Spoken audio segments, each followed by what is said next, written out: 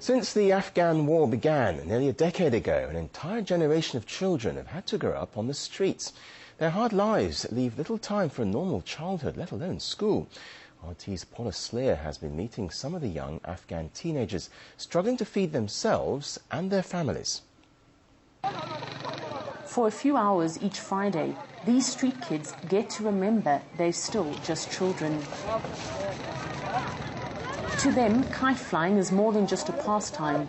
It's a sport of skill, where all who master it are equal, and for a few brief moments forget that they live in abject poverty.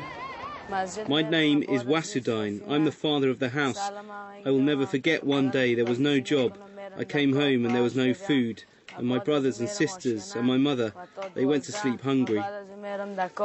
He's only 13 years old, but as the man of the house, his responsibilities start early, at 6 in the morning. My sister, goodbye.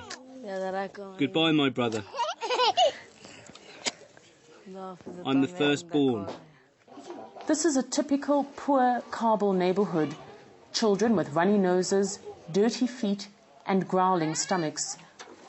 Every day, Wazuddin takes his bucket and joins the tens of thousands of children heading to the country's streets to make their meager living washing cars. But despite their stolen childhoods, they are the lucky ones. A year ago, my dad was martyred. He was working with the police and died during a rocket explosion. This is very, very hard work. I make about $1 a day. Sometimes the other boys are fighting with me. They say they want to wash this car. Zabi Zikrala is 12. He manages to bring a few dollars more into the home, but it's barely enough to feed his mother and 7 sisters. Every day I wake up so early. My house is a long way from here. On a good day I can earn the equivalent of about $8, but some days there's no work. Yesterday there was no work. But for some children it's easiest just to come to the streets and beg. This is their classroom, their playground, their university of life. Most parents don't want their children to come here to school. That's because these young boys and girls are the only breadwinners in their families. And spending just 1 hour in class could mean no food on the table that night. 57% of the population of Afghanistan is below 25 years old. Majority of them, they were born during the war and growing in the war without skill, without education.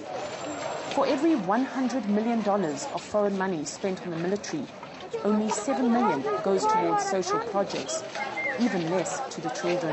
International community and the state of Afghanistan has to pay and has to focus more on the children.